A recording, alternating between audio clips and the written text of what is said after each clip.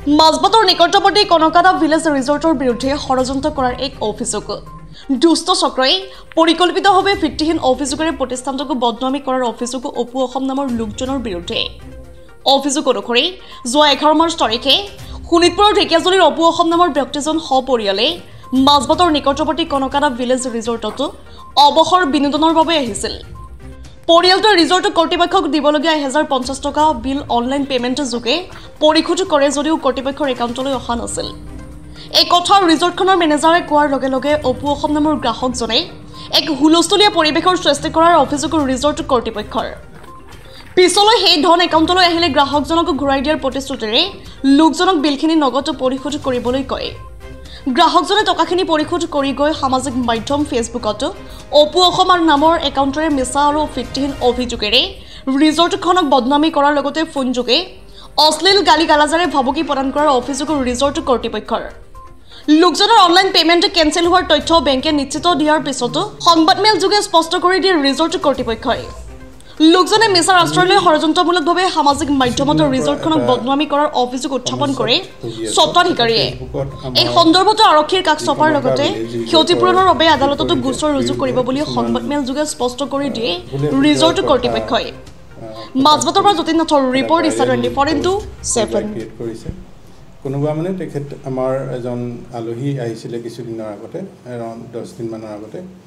তেওঁ আহি ইয়াতে পেমেন্ট কৰাৰ সময়ত কিছু অসুবিধা পাইছিলে পেমেন্ট অসুবিধাটো কেনেকুৱা আছিল তেওঁ নিজে পেমেন্ট কৰা নাছিলে পেমেন্টটো তেওঁ কাৰোবাক কৰিবলৈ কৈছিলে আৰু তেওঁৰ বন্ধুৱে পেমেন্ট কৰিছিলে গতিকে পেমেন্টটো কৰাৰ পিছত তেওঁ যেতিয়া আহি গ'লে পেমেন্টটো হ'ল আপোনাৰ গুগল পে ৰিসিপ্টটো দেখুৱাইছিলে তেতিয়া আমাৰ ৰিসেপশনিষ্ট গৰাকীয়ে চেক কৰি চালে যে পেমেন্টটো আমাৰ তাত অহা নাই তো তেওঁ কথাটো কোৱা হ'ল আৰু সেইটোৰ পৰাই এটা হুলস্থুলীয়া পৰিৱেশৰ সৃষ্টি হ'ল তেওঁ বিভিন্ন ধৰণৰ আৰোপ লগালে অশালীন ব্যৱহাৰো কৰিলে আৰোপটো এনেকুৱা যে আপোনালোকে কাষ্টমাৰক ঠগে পইচা পায়ো নাই পোৱা বুলি কয় আমি কিবা এটা বেয়া কাম কৰা নিচিনা তেওঁ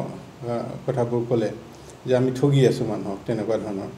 আৰু আমি বুজোৱা হ'ল তাৰপিছত 2-3 জনে বুজালে আমাৰ একাউণ্টেণ্ট আহিলে তেওঁ ষ্টেটমেণ্ট দেখুৱাই দিলে তেওঁক যে আমাৰ তাত পইচাটো সোমোৱা নাই আৰু যদি কিবা কাৰণত পিছত সোমাই যায় আপোনাক আমি ৰিফাণ্ড কৰি দিম আৰু এতিয়া আপুনি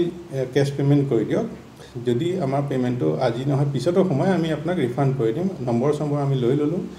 আৰু তেওঁলোকৰ যোগাযোগত থাকিম বুলি কথাটো কোৱা হ'ল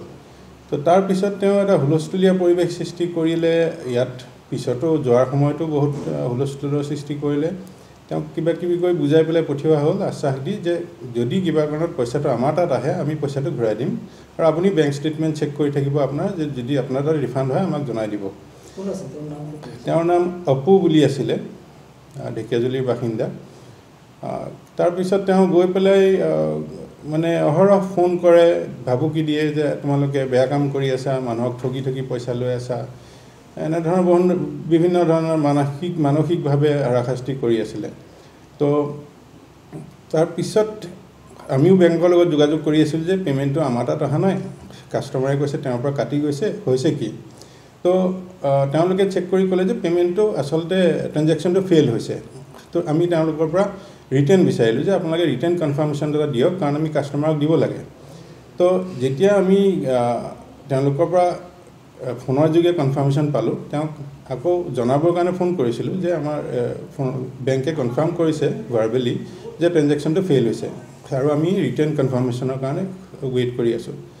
কিন্তু হেতু ক'বলৈ ফোন কৰিছোঁ 2-3 বাৰ ফোন কৰোঁতে তেওঁ উঠোৱা নাই তো আমি ভাবিলোঁ যিহেতু বেংকে ভাৰ্বেলি কৈছে তাৰমানে হয়তো পইচাটো তেখেতৰ তাত সোমাই গৈছে আৰু তেওঁ হয়তো পাই গ'ল গতিকে মনে আছে কিন্তু তাৰপিছত 2 দিনমানৰ পিছত দেখিলোঁ এটা ভাইৰেল পোষ্ট ফেচবুকত যে আমাৰ এই গোটেই এইটো ঘটনা এটা মানে বেলেগ এটা ৰূপ লৈ পেলাই তেওঁ দিছে আৰু মানুহবোৰেও বুজিছে যে হয়তো কনকাত কিবা এটা স্কেম হৈ আছে ইভেন আমাৰ গেষ্টে ফোন কৰি কয় বোলে আপোনালোকৰ তাত কিবা স্কেম হৈছে গতিকে আপোনাৰ তাত পেমেন্ট কৰিবলৈ ভয় লাগে তো এনেকুৱা ধৰণৰ এটা বিৰূপ প্ৰতিক্ৰিয়া সৃষ্টি হৈছে আমাৰ ৰেপুটেশ্যনটোত সাংঘাতিকভাৱে আঘাত হৈছে আমাৰ ডাঙৰ ক্ষতি হৈছে তো তাৰপিছত তেওঁৰ পোষ্টটো আমি যেতিয়া তেওঁ পোষ্টটো দিলে তাতো আমি ৰিপ্লাই হিচাপে আমি লিখি দিলোঁ যে আমি বেংকৰ পৰা কনফাৰ্মেশ্যন পালোঁ এইটো মেইলটো আমি তাত স্ক্ৰীনশ্বট লগাই পেলাই দিলোঁ যে এইটো স্ক্ৰীনশ্বট চাওক আমাৰ ট্ৰানজেকশ্যন আইডিৰ সৈতে দিয়া আছে তাত ট্ৰানজেকশ্যনটো কেনচেলড বুলি লিখা আছে কিন্তু পোষ্টটো আমি ৰিপ্লাই কৰাৰ পিছত ইমিডিয়েট তেওঁ ডিলিট কৰি দিলে কৰি ৰাইজক সেই ভুল যিটো এখন ছবি দেখুৱাই আছে সেই মানুহেও আৱেগত আহি বিভিন্ন ধৰণৰ কমেণ্ট কৰিছে তো এতিয়া যিটো হৈছে যে এইটো আমাৰ কনকাৰ ৰেপুটেশ্যনত এটা সাংঘাতিক আঘাত হৈছে আৰু আমি এইটো বুজি পাইছোঁ যে ইয়াতে কিবা এটা ষড়যন্ত্ৰ আছে কাৰণ ইমান সৰু কথা এটাক লৈ পেলাই আজিকালি প্ৰায়বিলাক মানুহে অনলাইন পে'মেণ্ট কৰে এনেকুৱা প্ৰব্লেম কেতিয়াবা হয় কিন্তু এইটোক লৈ ইমান ডাঙৰ হুলস্থুল কৰাৰ কোনো কথা নাছিলে তো আমি এতিয়া চিটুৱেশ্যনটো এনেকুৱা হৈছে আমাৰ যিবোৰ ষ্টাফ তেওঁলোকক যিবোৰ ভাবুকি দিছে মোৰ ফোন ৰেকৰ্ডিংবিলাক আছে তেওঁ যেনেধৰণে ভাবুকি দিছে বা আজিও ফেচবুকত তেওঁ মেছেজ দিছে সেইটোৱে আমাৰ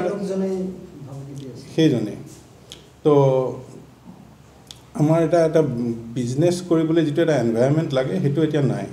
এতিয়া ইয়াতে কাম কৰিবলৈ মানুহে ভয় কৰিব এনেকুৱা বাহিৰৰ পৰা মানুহ আহিলে ইয়াৰ পৰা পলাই যাব আৰু ৰেপুটেশ্যনটো অলৰেডি বেয়া হৈছে চ' ইয়াৰ পিছত যে কিবা এটা বেলেগ ষড়যন্ত্ৰ আছে কোনোবাই হয়তো এইটো বস্তুটো স্পনচৰ কৰিছে তেনেকুৱা লাগিছে কাৰণ ইমান ডাঙৰকৈ ভাইৰেল পোষ্ট এটা যেনেকৈ ইমান সোনকালে কৰিব পাৰিছে তাত যিবোৰ মানুহে এইটো ভাইৰেল কৰাত সহায় কৰিছে সেইবোৰ লাগিছে এইটো দেখি লাগিছে এইটো এটা পৰিকল্পিত ঘটনা হৈছে